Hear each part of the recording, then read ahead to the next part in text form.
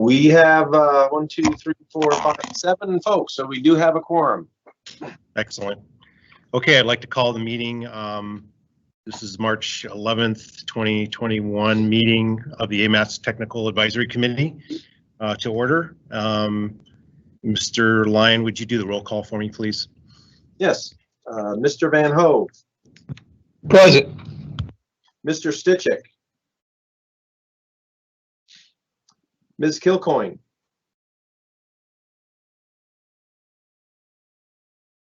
I saw her on the list. I don't know if she's on mute, but let's see. Mr. Lindemood. Present. Ms. Acton. Here. I know Ms. McNulty is excused. She has a conflict right now. Mr. Boland now. Here, sorry. Get off mute. No worries. Mr. Rabaffo.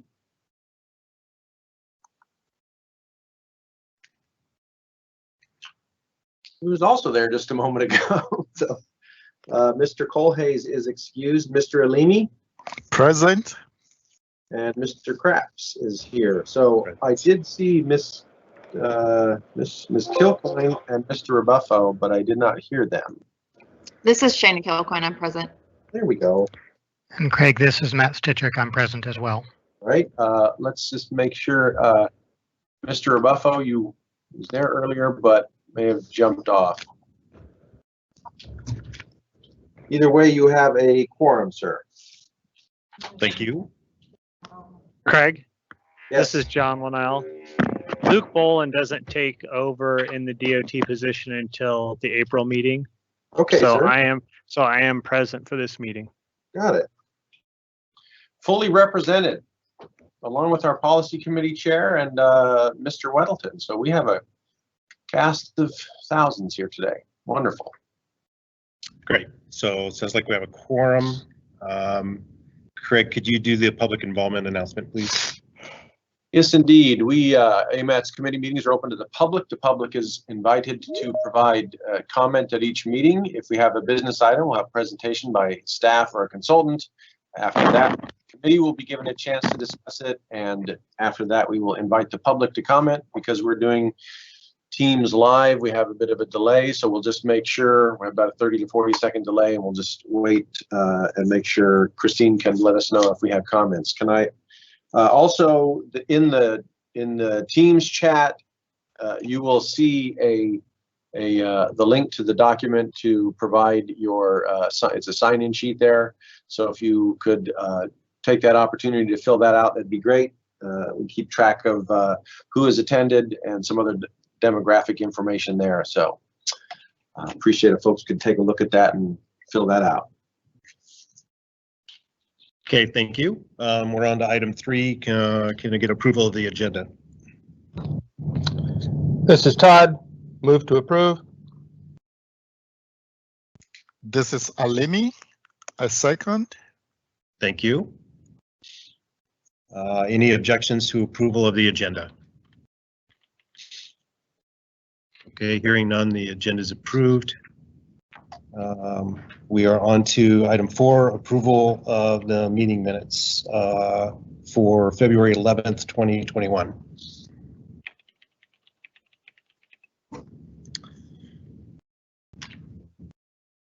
Can I get an approval for the meeting minutes, please? This is Yeah, John. I move to approve the meeting minutes from February 11th, 21. This is Brian. I'll second. Thank you. Do we have anybody have any changes they want to make?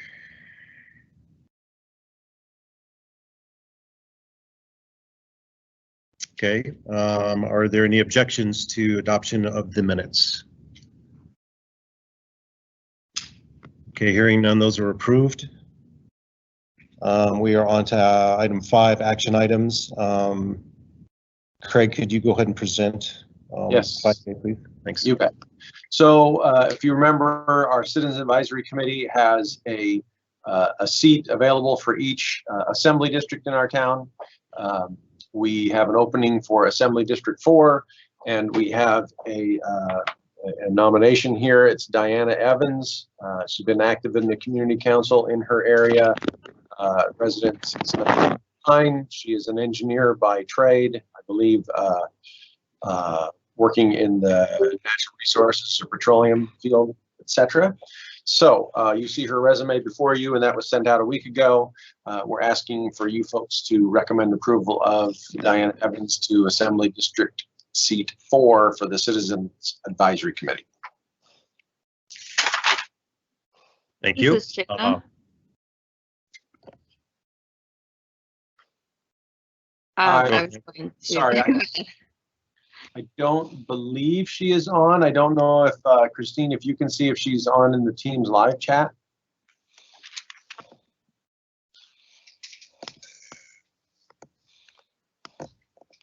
Okay, while we're doing that, do we have any questions or comments from the committee members on this?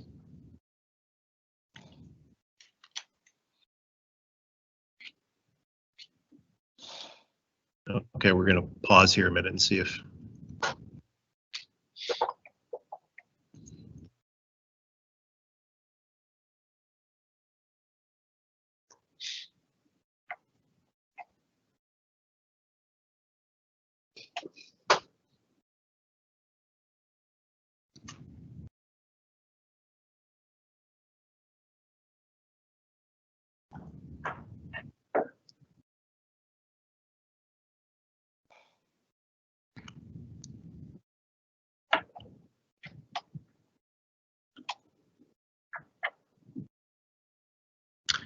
Okay, it doesn't look like we're either she's not on or we're not. Yeah. Anyway, so let's move along.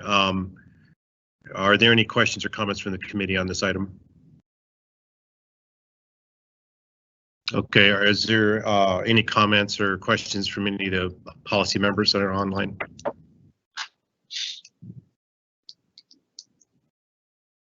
Okay, the public was invited to comment. Do we have anyone that was? Okay, so we don't have anyone that was signed up to comment from the public, but we're going to pause here in case we have somebody from the public wanting to comment on this item.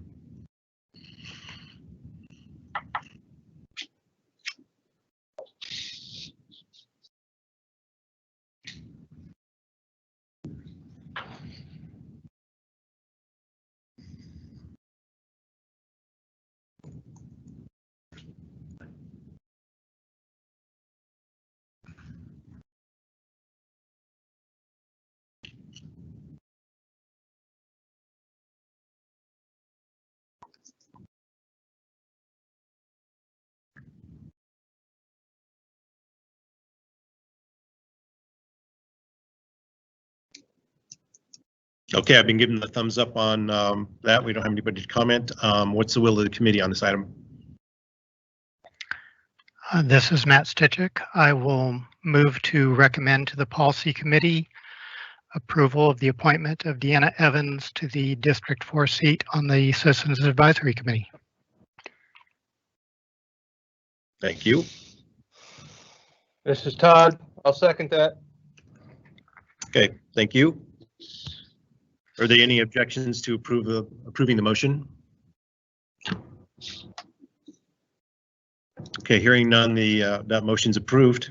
Mr. Lyon, do we have any other action items? No, sir. Okay, we're moving on to project and plan updates, I believe. Do we have any project and plan updates? Well, I was going to do them down in general informational, but it's the same sort of thing here, so I'll just give you a quick update. As folks know, probably the tip is out for the amendment number 2 is out for public comment, which I believe goes through the 28th, I think, or towards the end of the month, but there's still opportunity to comment on that. What's that? What was that? March 29th. March 29th. Ah, it's a day off. That's pretty close, I guess. So got a little bit of time still left to comment on that. Non-motorized plan, that comment period ended, and I believe Joni is working on assimilating a lot of comments and getting responses to those. So it's great that we had a lot of feedback on that. And in other good news, our RFP for the 2050 MTP is out on the street right now. So we are, as you know, it took a long time to get the last one done. So Aaron's not letting any grass grow underneath his feet, and that thing's already out and on the street. So we have a pre-proposal meeting. I think it's scheduled for next week when the potential bidders are given an opportunity to ask us some questions. So we're moving right along on that. So just wanted to give you folks those quick updates. If you have any questions, you can try and answer them. That's it for that. Anybody have any questions, comments? Okay, we're on to item 7, general information. Mr. Lyon, can you present those two, please? So the first one was the one I just gave. I just did it earlier. I just snuck that by you. And the second one is we have Tom Davis with the MOA long range planning and Elizabeth Appleby with current planning, both in the planning department here. And they are on to give a presentation on Title 21 parking regulations. So I know Tom was there. Are you there, sir? Yes, I am. Excellent.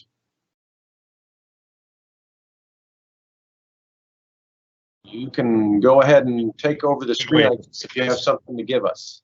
There we go. Well, thank you for having us. We would like to give the AMATS Technical Advisory Committee a heads up about a project that we believe ties right into several specific goals and actions of the MTP 2040, and to invite the AMATS TAC to provide us some feedback on some specific elements of this potential change, this amendment, as we call it, to the local zoning ordinance. We think that the areas of advice that we would be seeking that we'll go over with you are directly tie into the AMATS plans. I'm Tom Davis, Senior Planner with the Long Range Planning Division, sort of on the land use side. So it's interesting for me to actually be at this advisory committee. Elizabeth Appleby is a Senior Planner in our zoning current planning section, but it's actually a 6-person team. We're actually getting help from our front counter zoning reviewers, as well as key team members from traffic engineering, that's Randy Ribble, and with help on some driveway elements and technical elements. We appreciate PM&E having offered us some of Brandon Telford's time. The parking requirements in the zoning ordinance are really kind of at the intersection between the land use planning and transportation plans. They are a critical element of your transportation network. They are also part of what makes sites accessible at the end of each trip. We believe the parking requirements in Title 21, not only are they extremely impactful, but they're also very important. They avoid spillover onto streets, they avoid spillover onto neighboring sites, and they help keep the developments regular. But they are more than just technical. They are actually calibrated to meet specific policy goals. And that's what we would like to talk with the AMATS Technical Advisory Committee about. They affect everything we do, and they are part of both our transportation plans and our land use plans. But they affect other plans, whether it's our climate action plan, environmental plans, and urban design. When parking requirements are at their minimum requirement are higher than what the demand or need is, there are some severe impacts on all of our goals. First of all, they can create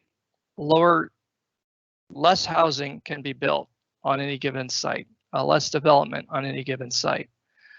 It can basically induce people to buy more cars or have more cars, and it also makes it more difficult for folks to get around by other means. It actually makes walking and transit less competitive, and it becomes a negative cycle.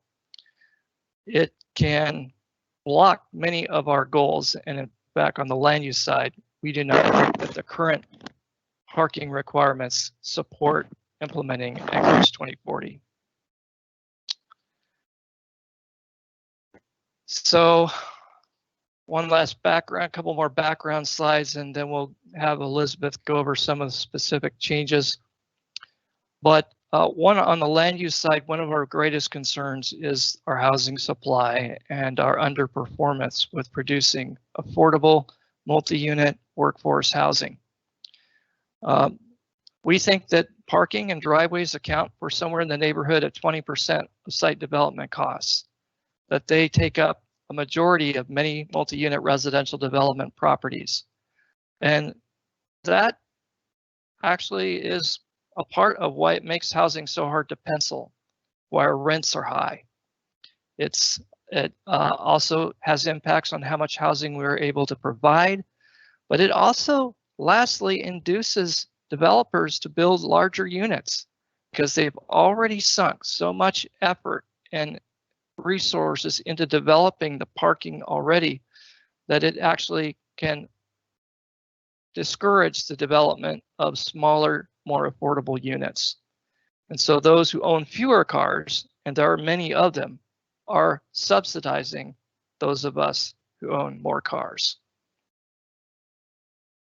It's a one-size-fits-all requirement across the city, regardless of neighborhood. But the current code does allow, through discretionary review and approval by the traffic engineering director and the planning director, folks to propose reductions to their minimum required parking. And our track record lately has been we get about 21 of those per year. We think that that could be really improved. And for these features listed here, we believe there's enough data to tell us that we may not need to require discretionary review every time. Because there have been so few developers that have taken advantage of these reductions, we think there have been some missed opportunities, frankly. This development on Spinard Road, its parking requirement at a minimum basic was the same as the parking requirement for an apartment building in South Anchorage. It's on a transit route. It has affordable housing. It has a lot of bike parking. And it's mixed use. It could have taken advantage of a shared parking reduction between its commercial and residential components. But we believe we have some evidence that the fact that it would have required a discretionary review and approval with the potential for shared parking, a parking demand study required, that the fact that the parking reduction that this site probably deserved would have been discretionary, it might have been a factor scaring the developer off. So we have a large parking lot in front.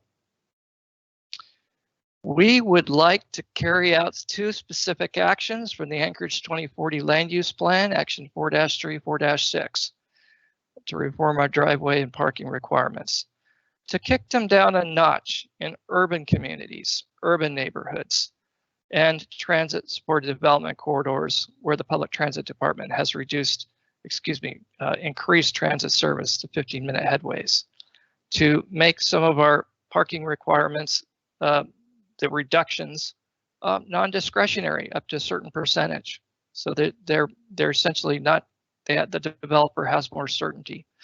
But really what our goal is about making the city more walkable, more equitable, to provide the kind of compact housing and neighborhoods we would like to see, and to provide a more balanced transportation system that the MTP envisions. We do have, for the first time in a city plan, we have recognized differences in our neighborhood characters. So our urban neighborhoods right around in and around downtown, South Addition and Fairview, and some of our transit-oriented neighborhoods, such as Spinard, parts of DeBar, and elsewhere. These neighborhoods have a very walkable development pattern, street grids. Some of them have a fair amount of sidewalks, and they all tend to have relatively great public transit service. These neighborhoods are our infill and redevelopment focus areas. And in order to fit that infill redevelopment, that housing and the jobs and employment in those areas, it needs to be more compact and walkable. And these areas actually have what we believe are the lower parking demand rates that can support a lower parking requirement to some degree. This project is not just about land use. There are certain specific actions from the 2040 MTP that we are I have identified, such as 3E5 there with the arrow, where we're looking at ways we can adjust parking strategies. There are these other related actions. But for us, most specifically, we believe this project is an implementation of Action 6F3. It relates to all of them I've shown. It also relates to actions in the draft non-motorized plan, as well as the 2010 bike plan. But Action 6F3 here in that 2040 MTP is about what we are doing, which is reforming our parking requirements, looking at different strategies by which we can sort of shift or rebalance the emphasis of our zoning ordinance from parking primarily to a more holistic way of accessing a site, including walking, transit, and biking. What we would like from the AMATS Technical Advisory Committee is your advice and your feedback, in some cases your guidance on several specific elements of this project. We started out by saying parking is policy, which means it's not just a technical exercise.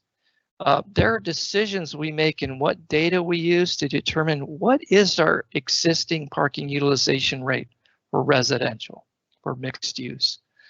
We are collecting that data. We are collecting that data in terms of which neighborhoods and areas of town have different parking utilization rates. But that is just the beginning. Where the TAC could help us is to review our assumptions about what future trends portend for parking utilization rates down the road. What's going to be the impact of ride-hailing companies? Obviously, what we're doing now, meeting online, of other factors, and we'd like to lay those out for you and what our assumptions are about how those will impact parking, and for you all to give us feedback on what target year are we setting calibrating these parking requirements to. Is it the year 2040? It's pretty aggressive. Maybe it's the year 2025, a more conservative way of setting our parking requirements, with the goal being to provide enough parking and avoid spillover parking, and to make sure we're providing the right strategies to deal with any spillover. With that, I'd like for you to kind of see what we're thinking in terms of what these changes to the code are. And for that, I'd like to turn it over to Elizabeth.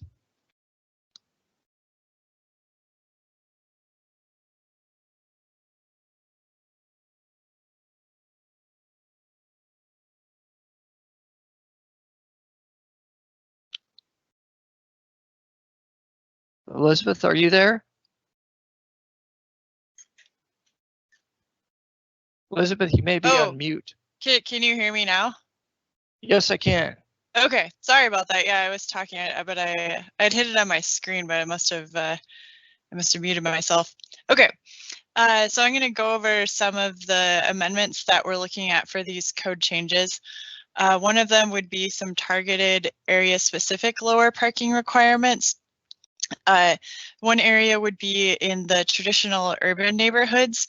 Those neighborhoods tend to have lower car ownership, houses are closer together, and they also tend to have infrastructure that supports other ways to go around, like sidewalks.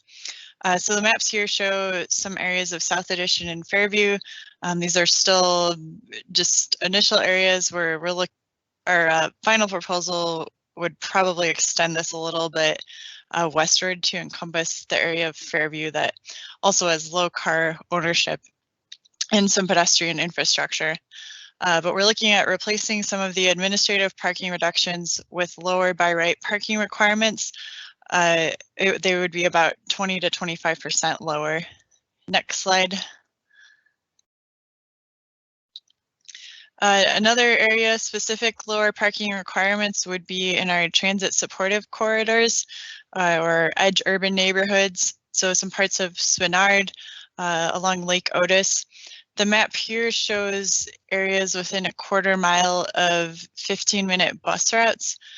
For those, we were looking at a 10 to 25% reduction potentially in parking requirements since people have access to public transit in these areas. Next slide. So this slide shows some of the strategies we're looking at. The idea is to streamline the reductions and have more options. We're looking at making some of the reductions non-discretionary to a certain percent. So that means there would not need to be a parking study or approval of the traffic engineer or director in order to get the reduction. And we think that this would provide a clearer review and approval criteria and give some clarity to developers because they know they could get the reduction if they do these things up to a certain percent. We're looking at 5 new reduction options and 7 old reductions to be deleted or replaced. This would provide some opportunities for mixed use, particularly with enhanced pedestrian access, shared parking, and adaptive reuse. Also, this group might be particularly interested in some of the shared vehicle program reductions. Next slide. So this page goes over the shift in emphasis towards alternative transportation modes. So parking requirements is just one piece of the shift to alternative transportation modes. In these code changes, we're also looking at increasing bike parking requirements. So that would be throughout the city, but then having more targeted bike parking increases in those traditional urban neighborhoods in the transit corridor.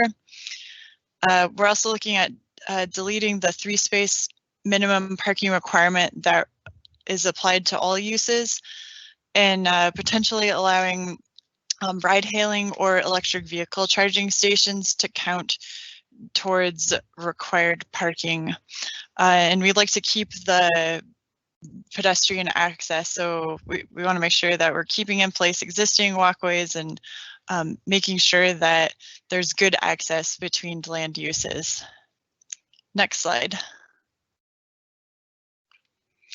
So the last potential amendment that I want to go over before I throw it back to Tom is for sidewalks. We've been discussing a requirement to provide sidewalks where they're missing in the traditional urban neighborhoods, since that's where we really want to make sure that we have a good pedestrian infrastructure. So we'd want to fill in gaps if there is no sidewalk, and then require existing sidewalks be restored at a maximum of a 2% cross slope, so that you don't have to like sidestep off across a steep driveway. We know that we couldn't do this if the right-of-way would not allow it, if it was inadequate or unimproved. But we think that this could be a good way to make sure that we do have that good sidewalk network in the traditional urban neighborhoods. And Tom, I'll throw it back to you for the next slide. Just briefly, this is the last area where we were going to give you a heads up about that. We're also looking at some of our amendments are citywide. For example, the available parking reductions, that menu list that Elizabeth showed you would be a citywide type of change to the zoning ordinance. Others, like she showed you, are more specific to the urban neighborhoods. And in fact, this potential change to some of our driveway requirements to make them narrower, to allow more compact development would be very much an urban neighborhood, transit supportive development neighborhood type change. It would also seek to provide more controls to limit the impacts of driveways cutting across our pedestrian network in those areas. So that's the brief update of what we're suggesting as some ideas, but we are looking to see if the AMATS Technical Advisory Committee members would have any comments as we complete this pre-consultation stage, as we work here towards developing an initial draft amendment. That would be specifically, we would be inclined to send out this show with a questionnaire with a listing of some of the more specifics of this amendment, and also some of the specific data points and decision points, such as how do we calibrate what's our future assumptions as to future parking utilization rate, how much bicycle parking do you think is needed, and helping us make the right assumptions for calibrating those parking requirements. But we would be very interested in any feedback from individual members.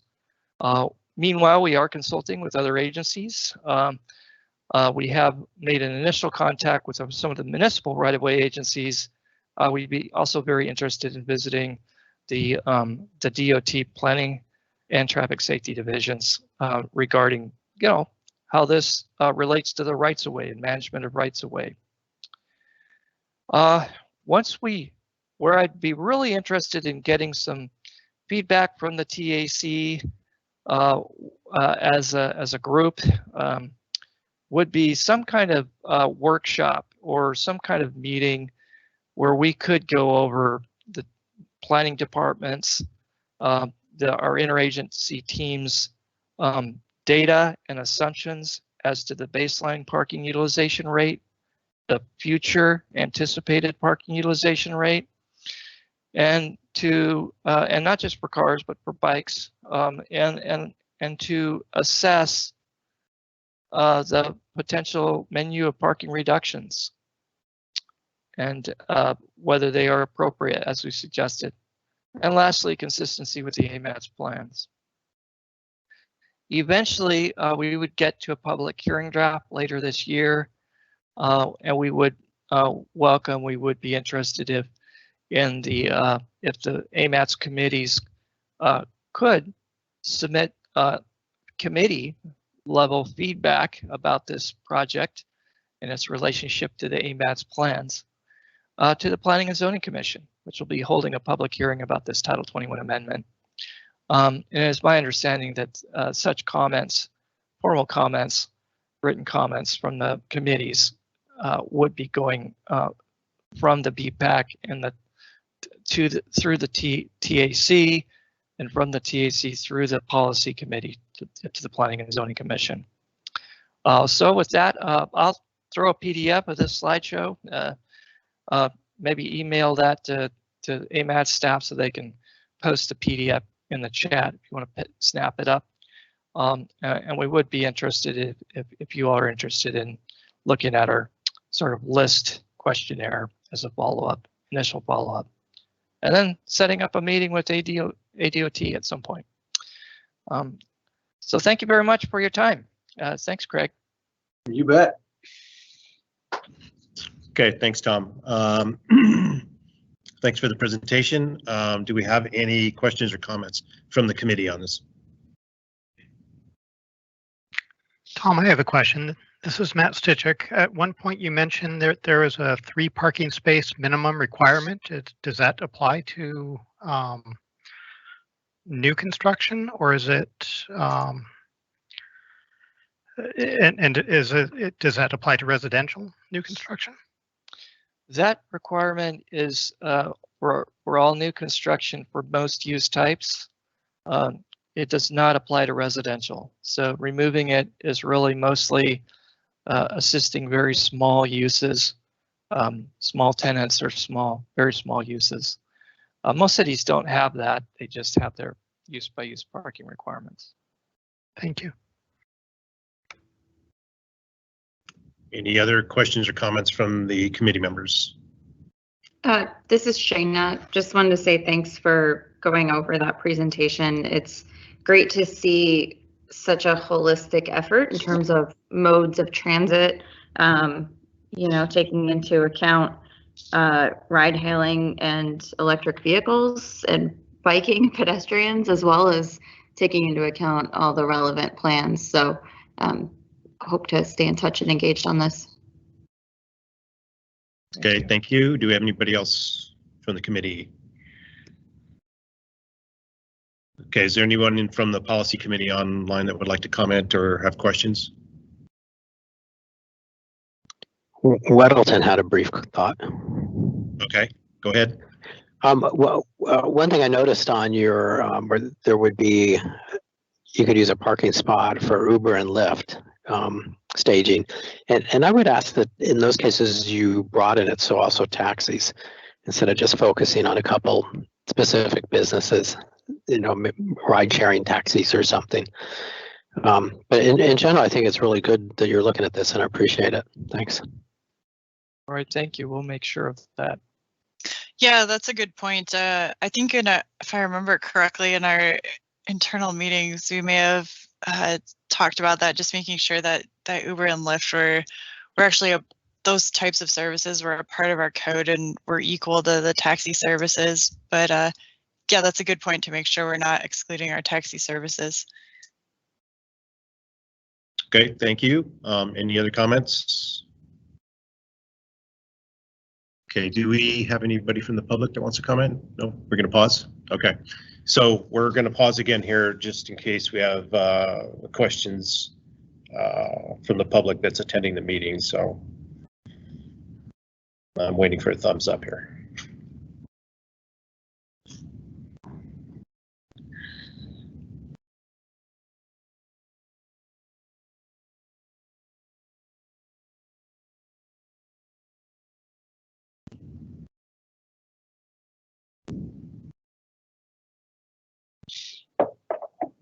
Okay, we're good. So we are on to item 8, committee comments. Any comments from committee members? This is John Linnell. As mentioned at the beginning of the meeting, this will be my last technical advisory committee meeting. I'll be leaving the pre-construction engineer position at DOT. Luke Boland will be filling the pre-construction engineer position coming April 1st. So he will be the new person filling my slot on the technical advisory committee. Thank you, Mr. Linnell. Anyone else on the committee have comments? Okay, we're on to item 9, public comments. Do we have any public comments? No, but we're waiting. Oh, we're waiting again. Okay.